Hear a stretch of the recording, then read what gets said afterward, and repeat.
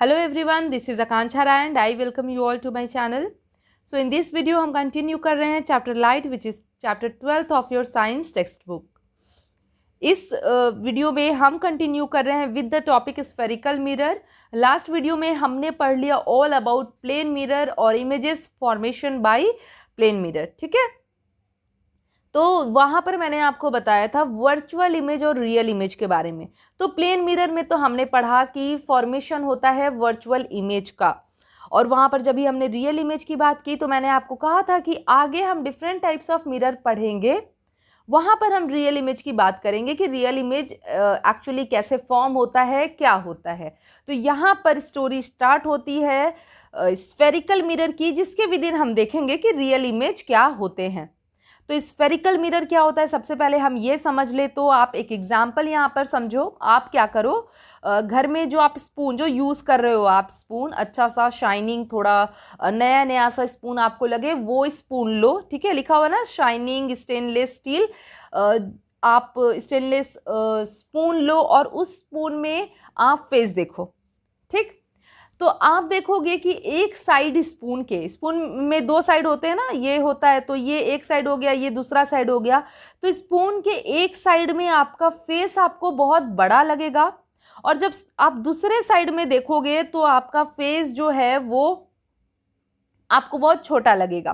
ठीक, लिखा हुआ है यहाँ पर, it appears bigger when seen from one side of the spoon and smaller when seen from its other side. तो ऐसा क्यों होता है? प्लेन मिरर में तो हम जैसे दिखते हैं, जैसे है वैसे ही दिखते हैं, है ना. ऐसा नहीं कि आप प्लेन मिरर में जाके देखोगे तो बड़ा हो गया फेस या छोटा हो गया फेस, नहीं. जो आपका साइज है, जो आपका शेप है, वैसे ही दिखते हो प्लेन मिरर में. फिर स्फेरिकल मिरर में ऐसा क्या होता है, या स्पून का एग्जांपल हम ले रहे हैं, तो स्पून में ऐसा क्या होता है कि हमें एक साइड उसमें बड़ा दिखता है फेस और एक तरफ छोटा दिखता है. तो लेट्स सी कि क्यों ऐसा होता है. तो यहाँ पर लिखा हुआ है the difference is due to the curved nature of the surfaces of the spoon. अगर आपसे पूछता है कि वाई वी सी बिगर और smaller images of us when we see our face in the spoon, whereas we our, यहाँ पर लिखा हुआ है ना, वेयर एज आवर साइज, जो फेस का साइज है that is similar in the case of plane mirror. Plane mirror के केस में सिमिलर होता है, जबकि अभी हम स्पून में देखें तो वो छोटा या बड़ा दिखता है. क्यों? तो आपका सीधा सीधा आंसर होगा due to the curved nature of the surfaces of the spoon. ये स्पून का सरफेस कर्व्ड होता है ना, जबकि प्लेन मिरर की हम बात करें तो वो सीधा होता है, स्ट्रेट होता है, जब और स्पून का कर्व्ड सरफेस होता है. तो जब भी हम कर्व्ड रिफ्लेक्टिंग सरफेस यूज करते हैं देखने के लिए फेसेस को, बॉडी को, किसी भी चीज को, तो वहां पर उसका जो कैरेक्टरिस्टिक फीचर होता है, उसमें जो प्रॉपर्टीज होती हैं वो डिफरेंट हो जाती हैं प्लेन मिरर से. ठीक, curved mirrors can occur in variety of shapes but the simplest of them are spherical mirror. Curved mirror variety के होते हैं, बट हमें जो इस चैप्टर में पढ़ना है और जो सबसे सिंपल होते हैं वो होते हैं स्फेरिकल मिरर.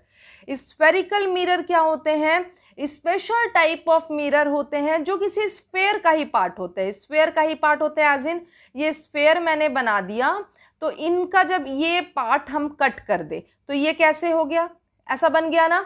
तो स्पेशल मिरर होते हैं जो स्फेयर के ही पार्ट होते हैं, हम कट करते हैं स्फेयर से और बनाते हैं स्फेरिकल मिरर को. और कितने टाइप के स्फेरिकल मिरर होते हैं? तो there are two types, concave mirror and convex mirror. आपको ये दोनों टर्म याद रखने हैं, कॉनकेव, ठीक, और दूसरा हो गया कॉन्वेक्स. तो two types of spherical mirror, concave mirror, convex mirror. अब इन दोनों को डिफ्रेंशिएट कैसे करेंगे, तो यहाँ पर मैं आपको सिंपल बताती हूँ आप कैसे डिफ्रेंशिएट करो. यहाँ पर ये मैंने बनाया हुआ है sphere, this one. Okay, let me use a different colour. ये मैंने बनाया हुआ है स्फेयर. ठीक, तो इस स्फेयर को हमने कट किया, मान लो ये मैंने कट करके निकाल दिया. अरे थोड़ा अच्छा यहाँ पर मून उन सब, ये मान लो कि मैंने स्फेयर का ये पार्ट कट करके निकाल दिया. अब जब इस पार्ट को हम पॉलिश कर देते हैं, पेंट कर दिया हमने, पॉलिश कर दिया, मतलब कि इस पार्ट पे रिफ्लेक्शन होगा यहाँ पर. तो ऐसे मिरर को हम कहते हैं कॉनकेव मिरर. ठीक, और अगर हम क्या करें, हम इस पार्ट को पॉलिश कर दे, इस पार्ट को। क्लियर? तो हमारा रिफ्लेक्टिंग सरफेस हो गया ये वाला पार्ट, दिस वन, ये वाला पार्ट हमारा रिफ्लेक्टिंग सरफेस हो गया। तो ऐसे मिरर को हम कहते हैं कॉन्वेक्स मिरर। बहुत छोटा सा डिफरेंस है, आपको याद रखना है। मैं फिर से बना देती हूँ यहाँ पर सी, ये हो गया स्फेयर, हमने कट कर दिया इतना पार्ट, ये हमने रख दिया इतना पार्ट। ठीक, अब यहाँ पर ये स्फेरिकल मिरर है तो ये इस शेप में दिया हुआ है, ऐसे करके आपको एक 3D दिखाने के लिए कि ये यहाँ पर ये पूरा आप इस तरह से बना सकते हो। ठीक है, पर हमें पूरा नहीं बनाना, हम कट कर रहे हैं तो हम पूरा क्यों बनाएं, हम क्यों मेहनत करें, हम इसको हाफ ही कर देते हैं। तो हम क्या कर रहे हैं, इसको ये हमने ऐसे बना दिया। अब ऐसे बनाने के बाद इस साइड को जब हम पॉलिश कर दें तो ये कौन सा मिरर बन गया, ये हो गया कॉनकेव मिरर। ठीक, अब मैंने आपको ऊपर यही इस फॉर्म में बनाया था कि ये हमने पॉलिश कर दिया, पर अब जब बुक में देखोगे तो इसको इधर टर्न कर देते हैं, ऐसे टर्न कर दिया हमने। अब इसकी पॉलिशिंग यहाँ पर सेम वैसे ही अंदर की तरफ पॉलिशिंग है ना, तो ये हम रब कर देते हैं। ये जैसे बुक में बना हुआ है हम वैसे ही पढ़ते हैं ना, ज़्यादा इजी रहेगा, हमने रब कर दिया इसको। सी, आपको याद रखने के लिए मैं बता रही हूँ कि ये एक गुफा जैसा लग रहा है आपको, मतलब जैसे लायन का डेन होता है ना, गुफा, ये अंदर आपको जाने के लिए इसमें परमिशन मिल रही है। ये गुफा का मुंह खुला हुआ है, यहाँ पर गुफा का मुंह खुला हुआ नहीं है। तो जहां पर गुफा का मुंह खुला होता है उसे हम क्या कहते हैं, केव। क्या कह रहे हैं हम, केव कह रहे हैं।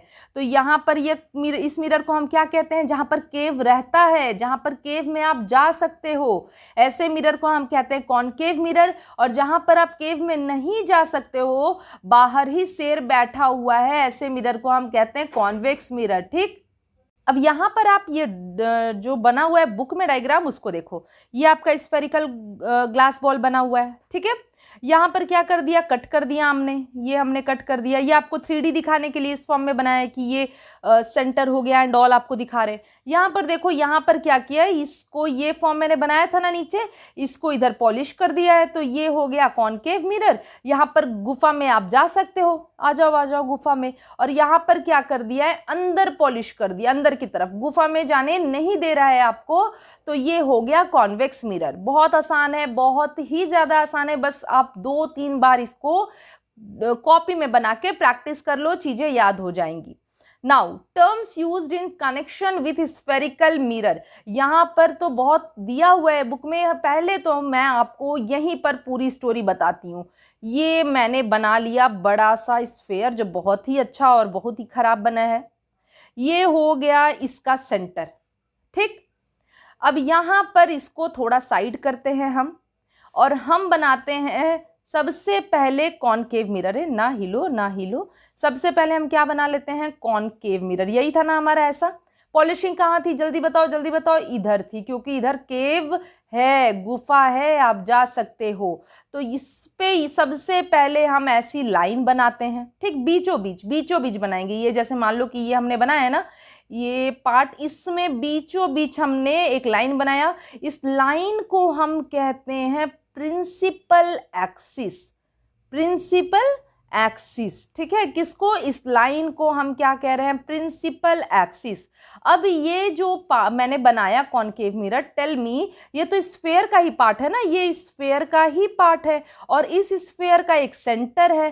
तो इस स्फेयर के सेंटर को हम कहेंगे सेंटर ऑफ, ये तो सेंटर हो गया। मान लो ये हमने कर्व इसमें से निकाला, तो इस कॉनकेव मिरर के सेंटर को, जो भी मान लो होगा, ये बड़ा सा हम बनाएंगे, ये सेंटर हो गया, मान लो दिस वन, यही वाला। तो यहाँ पर इसको हम कहेंगे सेंटर ऑफ कर्वेचर। समझ में आई चीज, सेंटर ऑफ कर्वेचर। अब देखो, इन दोनों के बीच में इसके, ये इस पॉइंट को हम कहते हैं, जो कर्व सरफेस का जो सेंटर होता है, ठीक है, कर्व्ड सरफेस का जो सेंटर होता है, इसको हम कहते हैं पोल। क्या कहते हैं, पोल। कर्व्ड सरफेस के सेंटर को हम कहते हैं पोल। और इन दोनों के बीच में ऑलमोस्ट लाई करता है क्या, एक पॉइंट, जिसको हम कहते हैं प्रिंसिपल एक्सिस। नहीं, एक्सिस हम पढ़ चुके हैं, इसको हम कहते हैं प्रिंसिपल फोकस। इतने सारे टर्म हैं हमारे। अब हम देखते हैं कि करके यहाँ पर, तो centre of curvature of spherical mirror is the centre of the sphere of which the given mirror is a part. ये समझ में आ गई ना बात। इसी स्फेरिकल का सेंटर पार्ट जो है, जो जिसका ये कॉन्केव मिरर पार्ट है, ये कॉन्केव मिरर जो है जिस सेंटर स्फेयर का पार्ट है उसके सेंटर को हम कहते हैं centre of curvature, radius of curvature. ठीक है, रेडियस ऑफ कर्वेचर क्या होता है? रेडियस उस मिरर का, ठीक है, उस मिरर का जो रेडियस है, देखो ये लिखा हुआ है ना, radius of the sphere of which the given mirror is part is known as radius of curvature. आपको पता है रेडियस क्या होता है ना। नेक्स्ट मैंने पोल भी बता दिया आपको, this is the mid point और central point of the section of the sphere used for given spherical mirror. Fine, okay.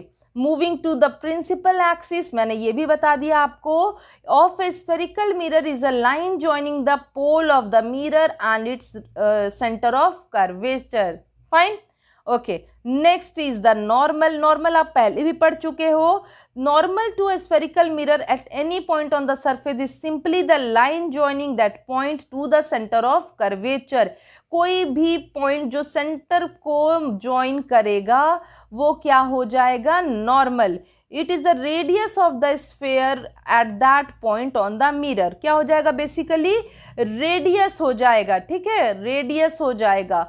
तो ये पॉइंट जो भी हो, मान लो कि ये पॉइंट हो गया, यहाँ पर हमने टैंजेंट बनाया, आप टैंजेंट जानते होगे, आप मैथ्स में पढ़े होगे, और इस पॉइंट से जो लाइन हम सेंटर को टच करवाएंगे वो हो जाएगा नॉर्मल।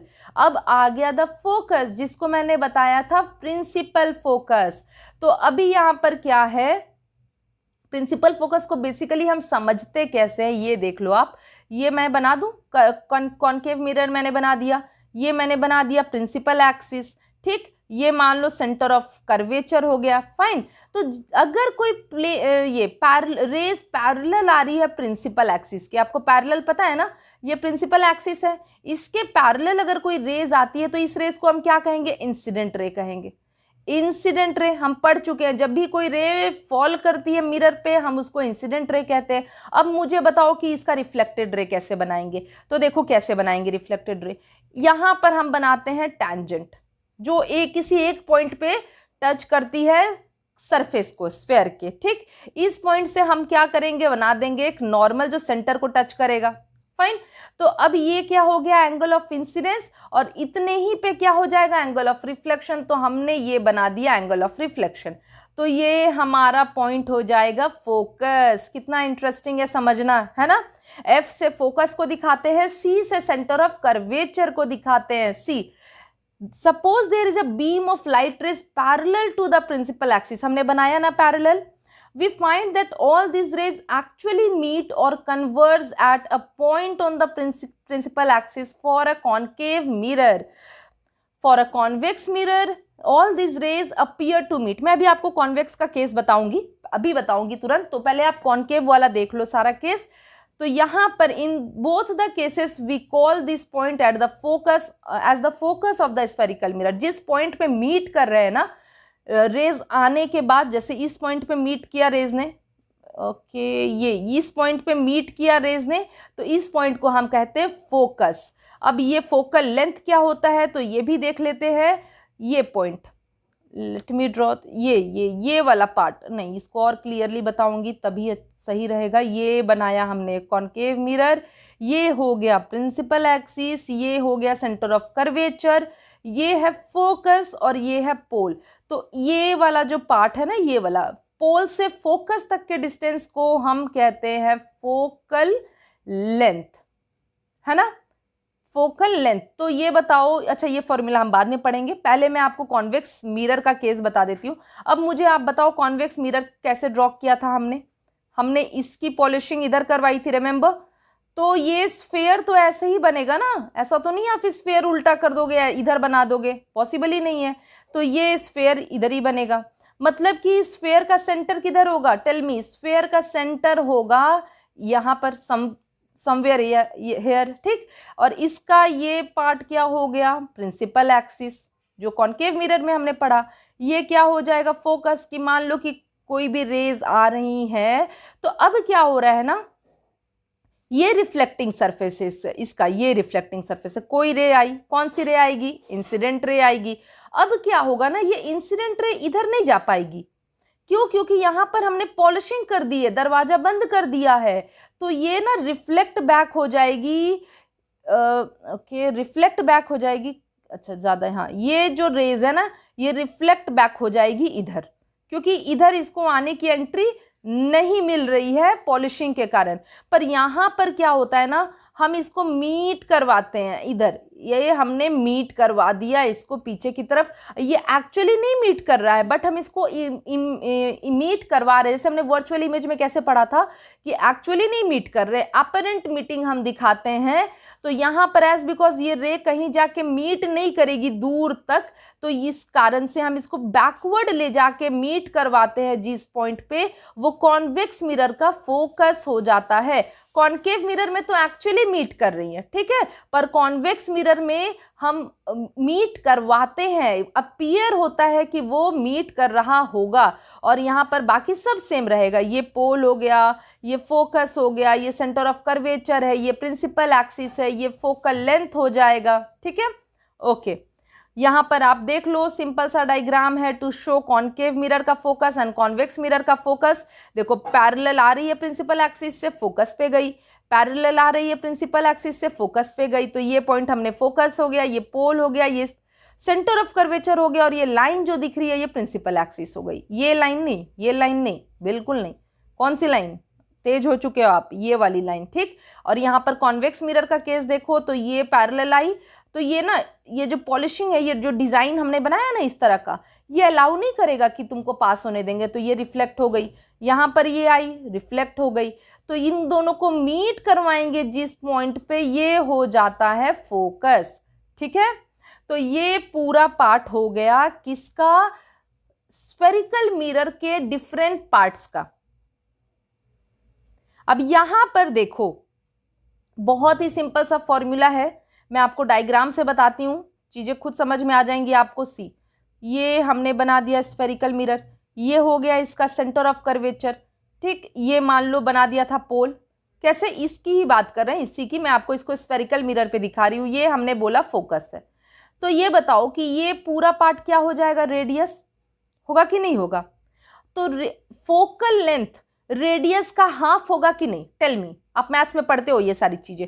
फोकस जो है वो रेडियस ऑफ कर्वेचर का हाफ होगा, तो हम ऐसा फॉर्मूला लिख सकते हैं, F is equal to R/2। मान लो R है, मान लो ये पूरा R है, कितना, 6 सेंटीमीटर, तो फोकल लेंथ कितना हो जाएगा, आप बोलोगे फोकल लेंथ कितना हो जाएगा, 6 का हाफ हो जाएगा, 6/2 इज इक्वल टू 3 सेंटीमीटर। अगर ये, तो ये फॉर्मूला बहुत इंपॉर्टेंट है, आपको छोटे छोटे न्यूमेरिकल इस पे आ सकते हैं।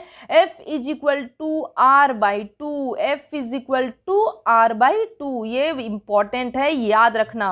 इसका मतलब focus is situated midway between the pole and the centre of the curvature of mirror. इसका मतलब इस फॉर्मूला के बेसिस पे हम कह सकते हैं कि फोकस पोल और सेंटर ऑफ कर्वेचर के मिडवे में रहता है, लाई करता है, ठीक है। तो यहां पर हम स्टॉप करते हैं इस सेशन को। नेक्स्ट सेशन में हम पढ़ेंगे इमेज फॉर्मेशन स्फेरिकल मिरर के through. Until then, just stay safe, take care and bye bye everyone.